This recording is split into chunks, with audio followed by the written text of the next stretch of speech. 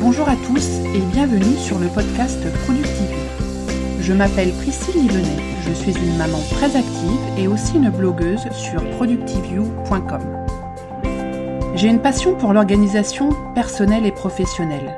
Mon but est de vous aider à mieux vous organiser, à déterminer ce qui est essentiel, à vous concentrer sur cet essentiel et à le réaliser efficacement.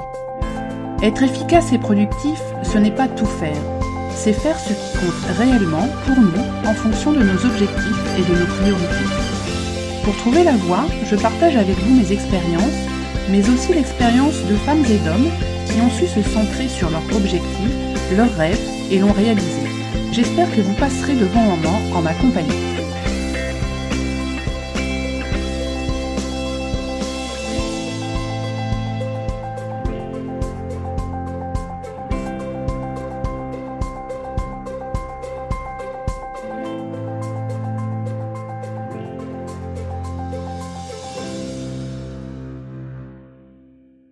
Bonjour à tous et bienvenue dans ce nouvel épisode numéro 47 du podcast de Productive You. C'est la rentrée pour tout le monde et à peu près sur tous les continents, on ne parle que de ça dans tous les sens, le back to school. Mais le back to school, c'est aussi le back to office pour un certain nombre d'entre nous après de longues semaines de vacances, ou courtes aussi, ça arrive. J'espère en tout cas que vous êtes rentrés en pleine forme au travail, que vos petites têtes blondes, elles aussi, ont repris avec plaisir le chemin de l'école, du lycée, du collège ou de l'université, bien préparés, bien reposés, avec le plein de vitamine D pour faire face à l'hiver qui arrivera bien. Cet épisode va être un petit peu spécial puisque l'on va parler du programme des prochaines semaines. Voilà, c'est comme le jour de la rentrée, quand les professeurs vous expliquent ce qu'on va faire. Moi j'ai décidé de faire exactement la même chose cette année, pour cette rentrée, de vous expliquer le programme de Productive You pour les prochaines semaines.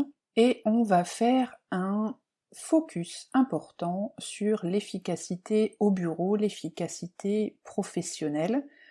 On en a déjà pas mal parlé, je vous en ai déjà pas mal parlé, surtout peut-être plus sur le blog que dans les podcasts, puisque notamment dans la toute première année du blog, si vous me suivez depuis là, j'avais fait un certain nombre d'articles sur les routines, sur l'arrivée au bureau, sur ce qu'il fallait faire pour être productif, efficace.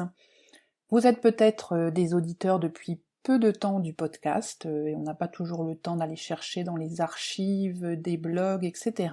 Donc voilà, je refais un petit tour sur ces sujets-là, j'en ai ajouté aussi beaucoup de nouveaux, dont on n'a jamais parlé, que ce soit, en tout cas dont je n'ai jamais parlé, que ce soit dans le podcast ou dans les articles du blog. Donc ça va être l'occasion là de lister un peu les sujets des prochaines semaines, qui n'arriveront pas forcément dans l'ordre dans lesquels je vais vous les communiquer. Ça va être un peu selon mon inspiration du moment. Des fois, il y a des sujets qui vous inspirent plus à un moment T qu'un autre, donc voilà. Donc ce sera un peu selon l'aspiration.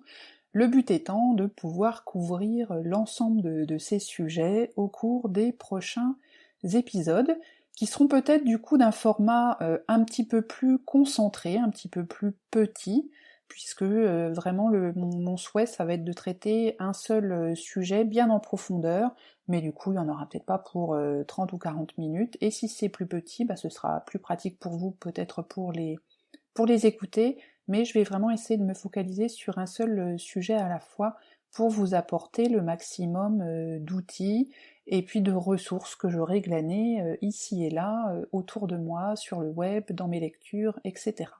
Comme je vous l'ai dit, on va vraiment se concentrer sur l'efficacité professionnelle, l'efficacité au bureau, que ce soit un bureau à la maison ou un bureau dans une entreprise. Et comme vous le verrez, il y a un certain nombre quand même d'outils qui sont tout à fait efficaces aussi dans la vie privée, en tout cas qu'on peut réutiliser. Alors on attaque avec cette liste de sujets. Alors le premier sujet dont on va parler, c'est de se créer un cadre de travail efficace. Et d'ailleurs on commencera dès l'épisode du 17 septembre, puisque le 17 septembre j'aurai comme invitée dans le podcast Pauline que vous avez déjà rencontrée il y a quelques mois. Pauline qui est Home et Office Organizer d'une société qui s'appelle By Pauline. Et avec elle, on va vraiment rentrer dans le détail de l'organisation d'un bureau en tant que tel, l'archivage, le classement, l'agencement, enfin vraiment on va rentrer dans le détail de ce sujet-là. Donc le 17 septembre, ne manquez pas cet épisode, vraiment sur le cadre de travail lui-même, physiquement, le bureau. On parlera aussi du multitasking, qui est souvent considéré encore malheureusement comme une vertu. On verra que c'est plutôt une erreur d'appréciation, que quand on fait plusieurs choses en même temps, on ne peut pas accorder la même attention, la même concentration à toutes les tâches qu'on fait en même temps. Est-ce que vous êtes jamais allé dans une réunion, vous aviez apporté votre PC pour traiter quelques emails tout en écoutant attentivement entre guillemets, et puis au moment où on vous a posé la seule et unique question qui vous intéressait toute la réunion, là voilà, vous étiez plongé dans la lecture d'un mail un peu compliqué, vous avez complètement loupé, vous n'aviez pas suivi ce qui s'était passé avant, et donc humblement, voilà, tu peux répéter, j'ai pas suivi, enfin bref, voilà, on peut pas être à deux endroits en même temps au niveau de sa tête, physiquement encore moins. Et donc on parlera en profondeur de ce multitasking et on peut faire parfois plusieurs choses en même temps, on le verra, mais ce sont des choses différentes, on en a parlé déjà dans un article à détailler donc dans ce futur podcast. On apprendra aussi à gérer ses efforts en fonction de son rythme. On est du matin, on est du soir. Ça, c'est la nature qui nous a fait comme ça, on peut difficilement changer de façon d'être. Mais donc ça va nous demander, quand on se connaît bien, de pouvoir adapter aussi, ça va nous permettre de pouvoir adapter notre agenda, la façon dont on travaille. Certaines personnes vont vouloir commencer à la première heure avec des sujets bien ardus, et c'est une règle qu'on entend souvent, de manger eat the frog on the morning, c'est vraiment avaler le plus gros sujet en arrivant à 8h ou 9h au bureau. Oui, mais il y a certaines personnes qui sont pas du tout du matin, donc ça leur va pas du tout. Voilà, donc là on parlera de comment identifier son rythme personnel et puis arranger son agenda au mieux de nos capacités personnelles. On parlera aussi de la délégation, et éviter de tout faire soi-même tout le temps, ou de ne pas du tout avoir confiance dans les gens qui nous entourent. Comment est-ce qu'on peut apprendre à déléguer? Qu'est-ce qu'on peut déléguer? Comment est-ce que dans notre priorisation de tâches, on doit avoir recours parfois à la délégation? On reparlera de la procrastination. On en a déjà parlé dans un article ou un podcast cet hiver, on en reparlera un petit peu. On peut procrastiner de façon intentionnelle, on en a déjà parlé ensemble, mais on peut pas toujours procrastiner puisque au final, cela nous apporte beaucoup de stress et d'insatisfaction, donc on parlera de cette fameuse procrastination une fois de plus. On parlera aussi du stress et de la négativité, donc là c'est pas vraiment un environnement de travail, ça va être plutôt dans notre état d'esprit. On en a déjà un petit peu parlé sur l'état d'esprit, l'importance de l'état d'esprit dans notre organisation, dans notre façon de vivre. Là aussi, dans l'environnement professionnel, c'est super important. Parfois on n'est pas du tout stressé, mais on est entouré de gens qui sont stressés et négatifs, donc on verra comment est-ce qu'on devra se comporter face à des personnes comme ça, des gens qui sont capables de décourager un bataillon de légionnaires en 10 minutes, comme je dis, ou ceux alors qui, dès qu'ils sont stressés, ont pour unique obsession de répandre généralement leur stress autour d'eux, donc quelques règles simples, et puis aussi gérer son propre stress. On parlera aussi des jours sans. Alors on en a déjà parlé des jours sans, donc on va peut-être pas en reparler très très longuement, je verrai en fonction. Récemment, je vous ai fait un podcast sur les jours sans. Voilà, quand on a des passages à vide, qu'est-ce qu'il faut faire? Effectivement, comme on l'a vu, les laisser passer, on peut essayer de trouver une oreille attentive pour se libérer, s'apitoyer un petit peu mais pas trop quand même, pour pas que ça devienne, ça prenne trop de place dans notre esprit, et puis apprendre à relativiser, à respirer, et puis à passer à autre chose. Demain, ce sera un jour meilleur. En attendant, vous pouvez toujours réécouter ou relire le post sur les jours sans. On parlera de planification aussi, on a beau mettre par écrit notre to-do tous les jours, les classer par priorité, si on se fixe pas des deadlines, si on planifie pas en plus, on est certain qu'on va pas y arriver. et que ce soit des projets à long terme, que ce soit des choses à plus court terme, sans objectif de temps, il y a assez peu de chances qu'on y arrive. Si vous vous souvenez du podcast de l'an dernier sur les objectifs et notamment la technique Smarters, il y avait le T pour les objectifs qui sont timés, hein, avec un temps défini, et donc on en reparlera dans cette partie sur la planification extrêmement importante dans le quotidien. On aura aussi un grand épisode sur les interruptions. Alors ça, c'est la bête noire, elle a plusieurs facettes en fonction de notre environnement. Alors ça va être tout ce qui est les notifications qui bling, qui gling, qui s'allument sur nos écrans. Ça va être les collègues qui passent par là et puis qui nous racontent leurs vacances, leurs week-ends, le petit dernier, et j'en passe. Ça va être la vie dans l'open space où on a aussi des collègues qui viennent pour travailler avec d'autres avec plus ou moins de discrétion et qui nous perturbent notre concentration. On a le boulet du service qui s'ennuie et qui ennuie tout le monde. On a la messagerie instantanée qui clignote toutes les 3 minutes, on a le téléphone qui sonne, on a les réseaux sociaux aussi sur nos petits smartphones qui sont des interruptions, le bruit ambiant, bref, on a tout un tas de sources multiples et variées, externes ou internes, qui viennent perturber notre qualité de travail et notre concentration, et on ira un peu en profondeur pour voir comment est-ce qu'on peut les limiter, voire carrément les éviter.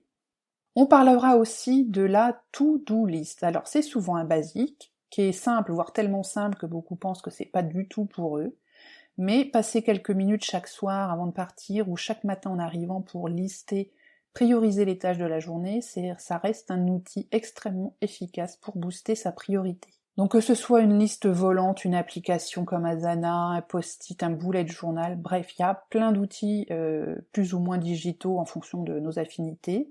Et donc on reverra dans ce podcast ces différentes techniques, ces différents outils ou applications qui existent et qui vont nous permettre de trouver celui ou ceux, parce que des fois on peut utiliser des mix de plusieurs techniques, qui vont mieux correspondre à notre façon de travailler, à notre état d'esprit, à notre façon de fonctionner d'une façon générale. On parlera aussi de la gestion de l'agenda. Et par là, je veux dire son agenda, ne pas le laisser gérer par d'autres. Alors, vous êtes peut-être une personne extrêmement sympathique pour votre entourage. On peut vous demander tout et n'importe quoi. Vous voulez faire plaisir à tout le monde et être perçu comme un bon collègue bien serviable ou un subordonné dévoué. Mais voilà, on se retrouve vite pris dans la spirale infernale où tout le monde va chercher à vous déléguer des trucs, mais vous avez aussi des choses à faire.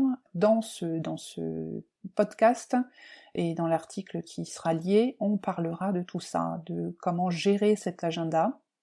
Ce sera évidemment bien lié à la gestion aussi des tâches, comment organiser son agenda, bloquer du temps pour soi, et puis batailler ferme aussi pour conserver ces instants où on va travailler sur ses propres priorités, ses propres objectifs, pour éviter de se les faire cannibaliser par d'autres.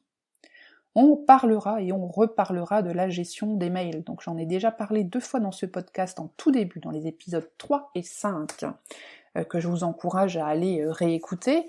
Et d'ailleurs, pour la petite histoire, je ne sais pas si vous vous souvenez, en fin d'année dernière, j'avais proposé aux auditeurs qui le désiraient de me contacter pour qu'on fasse des petites séances ensemble de discussion, de mini-coaching. Je prétends pas être un coach, mais qu'on puisse échanger pendant un certain nombre de semaines ou de mois sur des tracas qu'ils avaient, et à cette occasion, j'ai eu l'occasion d'échanger assez longuement avec une très jeune femme, très agréable jeune femme appelée Cécile, qui m'a dit lors d'un des tout premiers rendez-vous Skype qu'elle avait appliqué une des méthodes que je préconisais sur les mails efficaces, et qu'elle avait elle-même rencontré du coup un plus fort taux de réponse à ces mails qui jusque-là restaient souvent sans réponse, et donc elle m'avait remercié pour cet article parce que ça l'avait beaucoup aidé. Donc allez relire ces articles, qu'on en reparlera de toute façon, le but étant de ne pas se laisser manager par sa boîte mail, ça revient un petit peu à l'agenda, c'est assez lié, de la gérer soi-même et de pas être un esclave qui aussitôt change d'écran dès qu'on va avoir une notification qui va apparaître. Comme je le dis souvent, le mail c'est un outil de gestion quotidienne, c'est pas du tout un outil de gestion des urgences absolues, il y a le téléphone pour ça, personne n'aurait l'idée d'envoyer un mail aux pompiers en cas d'accident, on appelle dans ces cas-là, et c'est exactement la même chose au bureau. Gardez bien cette idée en tête, parce que ça veut dire que vous avez du temps pour traiter vos emails et qu'il n'y a aucune obligation de les traiter vraiment au fil de l'eau, à moins que vous soyez dans un service client qui requiert effectivement une réponse immédiate, mais on n'est pas tous employés dans des services clients. Autre point qu'on abordera aussi, c'est la perfection. Alors on en a déjà parlé de la perfection dans le podcast avec Dominique Descamps, qui a à peu près 1 an, donc je vous encourage à aller le reprendre si vous le souhaitez, je mettrai le lien dans les notes de ce podcast. Ça n'existe pas la perfection, donc faut se mettre ça dans la tête, donc c'est peut-être pas utile de courir après. Le but de ce podcast ne sera pas de vous dire qu'il faut se saboter et de faire un travail de sagouin, mais plutôt apprendre à s'arrêter dès qu'on a atteint un niveau de suffisamment bon. Et c'est tout un art et c'est aussi un état d'esprit. Donc on en discutera dans ce podcast sur la perfection, le perfectionnisme. On parlera aussi de chasser les idées qui nous empêchent d'avancer. Alors on se raconte souvent des histoires, j'en ai déjà un petit peu parlé dans des blabs cet hiver, et ces histoires elles ont souvent pour but de nous expliquer pourquoi on a échoué dans tel ou tel domaine, ou pourquoi on veut pas prendre telle décision, on aimerait bien changer de poste, de travail, d'entreprise, on voudrait bien changer de vie, on voudrait bien déménager, acheter une maison, un appart, bref. Mais voilà, il y a toujours un mais. Donc on va parler de ces fameux mais qu'on se crée, de ces histoires ou de ces mensonges qu'on se raconte pour ne pas faire ce qu'on aimerait faire, et c'est toutes des histoires qui font qu'on s'auto-sabote en fait, et puis on se met tout seul en fait des bâtons dans les roues, faut appeler un chat, donc dans ce podcast on apprendra comment identifier ces idées négatives, et puis comment surtout les inverser, et puis prendre vraiment sa vie en main. Donc voilà, alors c'est les 14 thèmes que moi j'ai identifiés comme étant importants sur la partie vie professionnelle. Comme vous le voyez, il y a une partie qui est plus tournée vers des outils, les to-do, les agendas, les mails, les choses comme ça. Il y a une partie qui est aussi plus tournée sur l'état d'esprit, puisque ça fait... Pour moi, la productivité, c'est pas juste des outils, c'est aussi un état d'esprit, une façon de penser, de se comporter. Donc il y aura un petit peu des deux. Si entre-temps, vous avez, vous, d'autres sujets que vous aimeriez que je traite dans cette partie vraiment tournée vie professionnelle, n'hésitez pas à m'envoyer un petit mail, ou même un grand mail, donc soit par la fonction contact du blog. Vous cliquez sur contact, là vous allez pouvoir mettre un petit texte et puis ça arrivera directement dans ma boîte mail. Et puis comme ça je vais pouvoir prendre connaissance des sujets qui vous intéressent. Vous pouvez aussi poser vos questions via la rubrique commentaires du blog. Donc sous le podcast, sous les notes du podcast, vous avez une zone commentaires. Alors ça passe par Disqus qui vous fait un filtre. Alors des fois c'est un petit peu long, la première fois il faut créer un petit profil.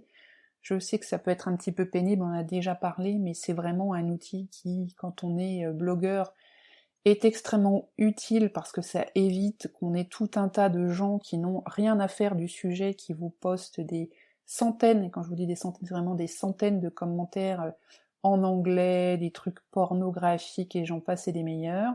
Donc c'est vraiment une façon de faire un filtre pour moi et pour vous aussi, puisque ça vous permet de suivre la réponse qu'on va apporter, là où les réponses, que ce soit de moi ou d'autres commentaires, d'autres lecteurs. Donc via la rubrique commentaires sous les articles, n'hésitez pas à poser d'autres questions. Vous pouvez aussi poser des questions via la page Facebook de ProductiveYou, que comme d'habitude je vous invite à liker et à partager avec vos amis. Donc là aussi, vous pouvez mettre des commentaires, donc soit sous le post de cet article, ou tout simplement me contacter via un message sur Facebook.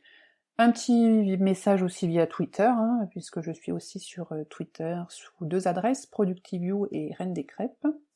Donc là aussi vous pouvez m'envoyer une question sans aucun problème, ou un message via la fonction message privé de Twitter. Donc voilà, vous avez plein d'outils pour me contacter, me poser des questions supplémentaires sur des sujets que vous aimeriez voir traités sur la partie professionnelle ou pas, d'ailleurs. Voilà, bien écoutez, le podcast de ce jour se termine. Pas très long, ça va être les formats, je pense, des prochaines semaines hors interview, où on va être vraiment très concentré sur un sujet. Essayer de le traiter en profondeur, mais sans vous noyer sous trop non plus de détails, c'est pas le but. Évitez de vous faire perdre du temps, allez à l'essentiel, ça va être le mot d'ordre des prochaines semaines et prochains mois. Voilà, le podcast numéro 47 de Productive You touche à sa fin. N'hésitez pas à le partager sur tous les réseaux sociaux du monde entier et de l'univers, afin que d'autres personnes puissent en prendre connaissance. Une petite note sur iTunes serait aussi de bonne aloi, comme on dit, parce que c'est la seule façon de faire connaître ce podcast à d'autres personnes, puisqu'il n'y a pas d'autre façon de le faire via iTunes. Et puis voilà, je vous souhaite à tous une très très bonne journée, une très très bonne semaine, et on se retrouve donc le 17 septembre avec donc la première étape de ces podcasts sur l'efficacité professionnelle, l'efficacité au bureau, avec Pauline qui va nous parler de l'espace de travail et de rangement. À bientôt, bye bye.